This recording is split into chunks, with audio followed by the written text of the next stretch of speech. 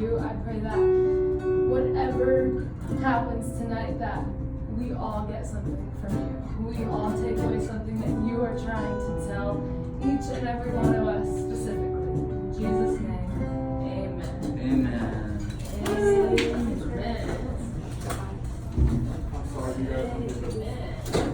Hello. Hi, Grace. Hi. I'm good. How are you? Hi, Grace. Hi, Marley. Hi, Grace. Hi, everyone. What's the A? That's what I was literally This just is thinking. not an AA. Hi, Grace. How do you sing this at A? I've been playing for a whole 3 minutes. I'm a worshipaholic. Okay. I'm a What's up? worshipaholic. What's up? Hi. Grace. I'm really, really happy. I love getting to talk to you guys. I don't care. What's different? So we are done with the Heart of God series. Pastor Jim was almost like that was a nice closure to it. We're done with that series. Doesn't mean forget everything that you learned, because it's What was it about again? you know. So this message, we're actually not starting a new series tonight, where this is just one message. It's going to start tonight. It's going to end tonight. It's something that has been on my heart. In my life, and I really want to just talk about it with you guys. And so I just want to jump into the story that this whole thing is going to be based off of. And it's about Joseph. And Joseph was the youngest of 12 brothers. His father was Jacob, and really that's everything you need to know before I start this. Yeah. So it's the first section, the story that I'm reading this is in Genesis 37, 5 through 11. And it says this: Joseph had a dream, and when he told it to his brothers, they hated him all the more. He said to them, "Listen to this dream I had. We were building sheaves of grain out in the field when suddenly my sheaf rose and stood upright, while your sheaves gathered around mine and bowed down to it." His brothers said to him, "Do you intend to reign over us? Will you actually rule us?"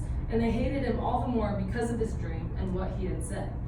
Then he had another dream. He told it to his brothers. "Listen," he said, "I had another dream.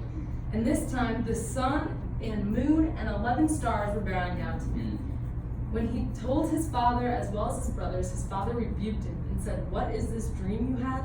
Will your mother and I and your brothers actually come and bow down to the ground before you?" His brothers were jealous of him, but his father kept the matter in mind. And I think most of you know how the story ends. Joseph's brothers actually get so jealous and they hate him so much that they sell him into slavery. Yeah. And Joseph becomes a slave in Egypt. Yeah. And long story short, he ends up somehow rising to be the leader of all of Egypt, from a slave to a leader. But that's not what I'm focusing on today. And honestly, today I'm not even focusing on Joseph. I'm actually going to focus on his brothers.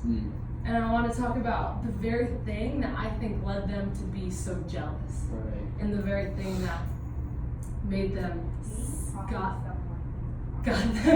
them to the point of selling his brother. And I think that was comparison. Right.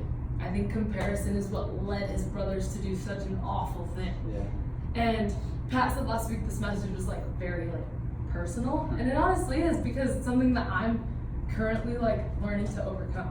So I'm talking to you guys from not a place of I've conquered it, I've mastered it. I'm talking to you from a place of I'm with you and I feel it. So Do we get this message is called Killing Comparison. And I'm going to pray, and then we're going to start. Jesus, I pray right now that you just give me the words. God, I pray that you open up our hearts and say what you want to say. I pray that tonight we become free from comparison. We become free from the things that lead us to jealousy and lead us to all these hateful thoughts and feelings. I pray that we just become free. In Jesus' name, amen. Amen. Amen. So I'm going to tell you guys a short little story. One time, me and one of my best friends, Allie, we were back in Connecticut, and we were going on a hike. And we were hiking this small mountain called Sleeping Giant. And we brought snacks, we brought our Bibles. It was really fun. We were going to hike to the top, read, enjoy the view, and then hike back down. So we were hiking to the top, and on the way up, I just kept stumbling. I hit those tree stumps, and I That's was why you just don't drink. I would before you- no, I was very sober. So I kept stumbling, and I kept like hitting because I was trying to look at the view, and I kept stumbling. And so basically, we got to the top, and I decided, okay, I'm done stumbling. My feet hurt. I want to just walk, and I want to walk right. So I was focusing on the ground, so I could see when a big rock was in my way or when a big tree was in my way. And eventually, Allie's behind me, and we look up and we realize we are not on a trail. We're not. There's no trail markers in sight. There are no people. There is not a single trail. It looks like we're in the middle of the woods. Our phones didn't have service because we were on the top of the mountain. Not on a road. Yeah, so That's crap. well, I didn't realize because I was There's so more evidence that focused. you drunk before this. No, I didn't. I was so focused on the ground, That's good. and I was so focused on the wrong thing that I missed the trail marker. Ooh, that's good. And long story short, we ended up not really finding the trail, and we had to climb down this very dangerous part of the mountain, but I made it out alive. I'm here today to talk about it. But Are you here? Just one piece. yes, Like, one okay, piece. are you sure? One piece. Are you fine? Yes. Okay. But I was Screws? maybe. But I was focusing on the ground around me. I was focusing on the wrong thing, and that made me miss the trail markers. And I think that's what happened with Joseph's brothers. Joseph's brothers were so focused on Joseph that I think they didn't see what God was trying to do for them. Wow. They were so focused on That's comparing what they had to That's good. Joseph That's that they really good. missed out what God was trying to do for them. Yeah, And so that's what comparison does. And so part of my message tonight is to make sure that we don't walk in that and we don't miss everything that God's trying to do in and Wow, for us yeah, because that's we're good. busy comparing. That's good. So I'm talking about two things. I'm talking about what comparison leads to, what it makes us do, Yeah. and then how to overcome it. Yeah. Comparison, I think, causes two things. The first thing is envy. Envy. Joseph's brothers clearly compared what they were dreaming for, what they were hoping for, their place, and decided what he was hoping for is better than what I have. How many times do we look around to people around us and decide what they look like is better than what I look like? What they have is better than what I have. Yeah. What they do is better than what I do.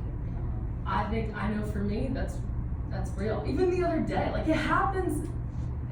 Not too long ago, Pat and I were at Grace City. For those of you who don't know, it's a church. It's a church in Lakeland, and we have a lot of friends that go there and work there. So when we get the chance, we go. And we were sitting there during worship, and there was this woman who was an amazing worship leader. She was incredible. And I noticed myself, I wasn't worshiping, and I was watching her sing, and I noticed instead of focusing on like how amazing she was, I was focusing on like what I lacked in. Wow. Oh, she could sing higher than me. Like, oh, I wasn't doing it on purpose, but I just noticed myself doing that. Wow. And eventually I was like, God's gonna fall in love with her instead of me. Like I just like my mind jumped there. Like and I realized that like that envy, yeah, I know. Envy causes us to just not focus on what we have. Right. It causes us to feel ungrateful for what we Right. have. Yeah. Envy is when you, to like sum it up, envy is when you look at someone else and it makes you feel worse about who you are and what you do. Yeah. However that looks. That may look completely different for you. It may be the way a person looks. It may be what a person has. It may be a dream that a person has. It could be any of those Yeah. things. That's good. And the second thing, the first thing that comparison causes is envy, and the second thing that comparison leads to is boasting. I think boasting is a funny concept because we look at two things. We look at ourselves, we look at someone else, and we decide which one is better. And I think that's funny because our perspective is so small. We have no idea. God's perspective is so much bigger, so much wider. He sees the full picture. So who are we to say which one is better? And I think we see that in the story. Joseph, I don't know about you, but like the way he's talking about his dreams sounds a little bit boastful to me. But I think something really cool, when we look at the end of the story, we find out what Joseph's dreams actually meant. Yeah. So in Genesis 45, 9 through 11, it says, It says, this was Joseph after he was leader of all of Egypt. He reunited with his brothers and he told them this. Now hurry back to my father and say to him, this is what your son Joseph says. God has made me Lord of all Egypt. Come down to me, don't delay. You shall live in the region of Goshen and be near me, you, your children and grandchildren, your flocks and herds and all you have. I will provide for you there, because 5 years of famine are still to come. Otherwise, you and your household and all who belong to you will become destitute. And the next verse that kind of bounces off that is Genesis 46:3, and this is what God says to Jacob's father. And he says this, do not be afraid to go down to Egypt, for I will make you into a great nation there.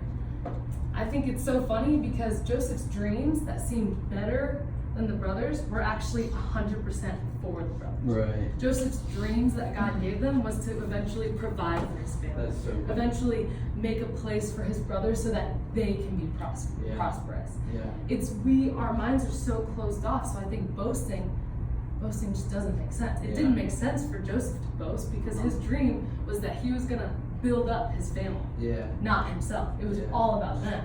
That's good.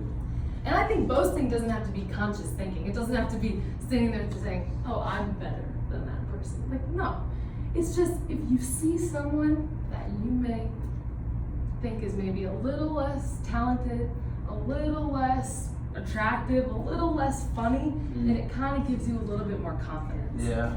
That's right. That is boasting. That's right. And I think to like sum it up, envy, I said, is when you look at someone else and it makes you feel worse about who you are. Yeah.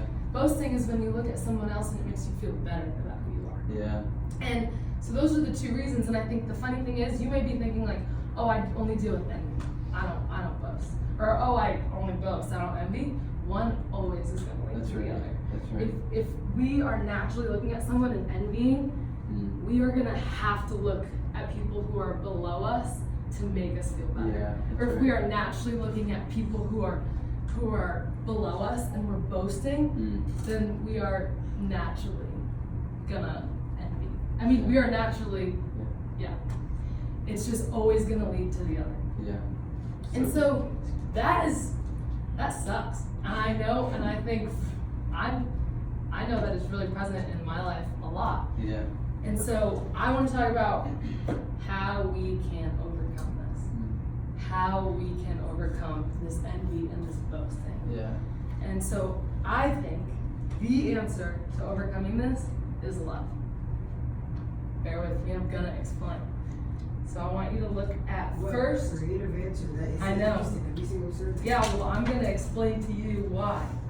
1 Corinthians 13:4. This is a verse, you've all heard it, but I'm gonna maybe give you guys a different perspective on it. It says, love is patient, love is kind, it does not envy, it does not boast, it is not proud. So in other words, love does not compare. Yeah. If it's not envying and it's not boasting, it is not comparing. So I know that doesn't sound like a practical answer, but I'm gonna tell you what that looks like. That looks like loving others. Yeah. Loving others, when you are so caught up in loving others, you won't have time to envy because you're going to be too busy cheering them on, celebrating them, hoping the best for them. You won't have time to boast because you're going to be too busy hoping that they do better, hoping the best for them, pushing for them to be better. Loving others will make you unable to boast and unable to envy. Yeah. And the second way that this can show is loving yourself. Now, I think this clearly overcomes envy. It clearly does because it just logically makes sense. When I love what God is doing in me, when I love who He has made me to be, I'm not gonna, other people's successes aren't gonna matter because I know God's doing something in me. That's good. But loving yourself also overcomes boasting. Believe it or not, because it means you're finding your confidence and your security in God. You won't need to find it in the people who are below you, because you're finding it in God. So it's loving yourself and loving others. Now, you may be thinking like, okay, I've tried that, it doesn't work. Like I've tried to love others, but it always leads to comparison. Like I've tried, and I'm gonna tell you, It is literally impossible. It's impossible. Lovely solution. Lovely solution. Yeah. Fantastic. Here's the thing. It's impossible without God. Yeah. Without God, you are not able to love someone without eventually envying them. Yeah. Or loving yourself without eventually boasting. Yeah. It will be impossible. But the Right. Bible says with God, all things are possible. And I'm going to tell you why. Because God is love. So good. God is love. I want you to look at 1 John 4:16. It says, if anyone acknowledges that Jesus is the Son of God, God lives in them and they in God. Mm. And so we know and rely on the love God has for us. God is love. God is love. So that means that this love is to, of course, love others, Yeah. but it's also to love ourselves. Yeah. And God is, and here's the cool part. I think this is cool because God is not just showing us love and expecting us to like mimic it. Yeah. He's not. God, when he sent Jesus and Jesus died on the cross, he gave us that love. Yeah. He gave us that love to then give to others. Right. That's right. And I think the part that we often forget is that he also gave us that love to love ourselves. Wow. That's so good. That's really good. It's so good. The person next to you, the reality is that the person next to you is God's masterpiece. Yeah. There are always going to be things that are amazing about them, incredible. They are God's masterpiece. But here is the thing, so are you. Obviously, You God's are God's masterpiece. You are. And so the solution to comparison is love, and the way to love is through God. Yeah. And that may not be the practical answer you were hoping for. Trust me, I got so frustrated. I almost, when I was trying to find the answer to comparison and I got to this, I was frustrated. But it's with God, he's gonna help us to truly love others Yeah. and to truly love ourselves. Yeah, so And so we're gonna go back into one song of worship. And I want you, if you think that you may have a hard time loving yourself or loving others, and I told you what that looks like. If you think that you have a hard time with comparison, I want you to get prayer. Any one of us. I want you to get prayer. I'm gonna get prayer myself. I think that it's so important to just ask God and acknowledge, okay, God, I want this. I want your love so I can love others and love myself. So if you guys want to stand, and then I'll pray, and then we'll worship. Jesus, I thank you for who you are. God, I thank you that we have no reason to compare. God, I thank you that with you we have the ability to love others and to love ourselves. Because with love, we don't have to envy others. We don't have to boast because all of our confidence comes from you. God, I pray that our eyes become less focused on everyone else and more focused on you and what you're doing. God, I pray that we never are so busy comparing that we miss out on the amazing things that you're doing in and for us and around us. God, I pray that you give us the ability to cheer others on, to celebrate others. I pray that other people's successes don't hurt us. Because you have created all of us to be a beautiful masterpiece. And I pray that you give us the ability to love them in others and in ourselves. In Jesus' name, amen.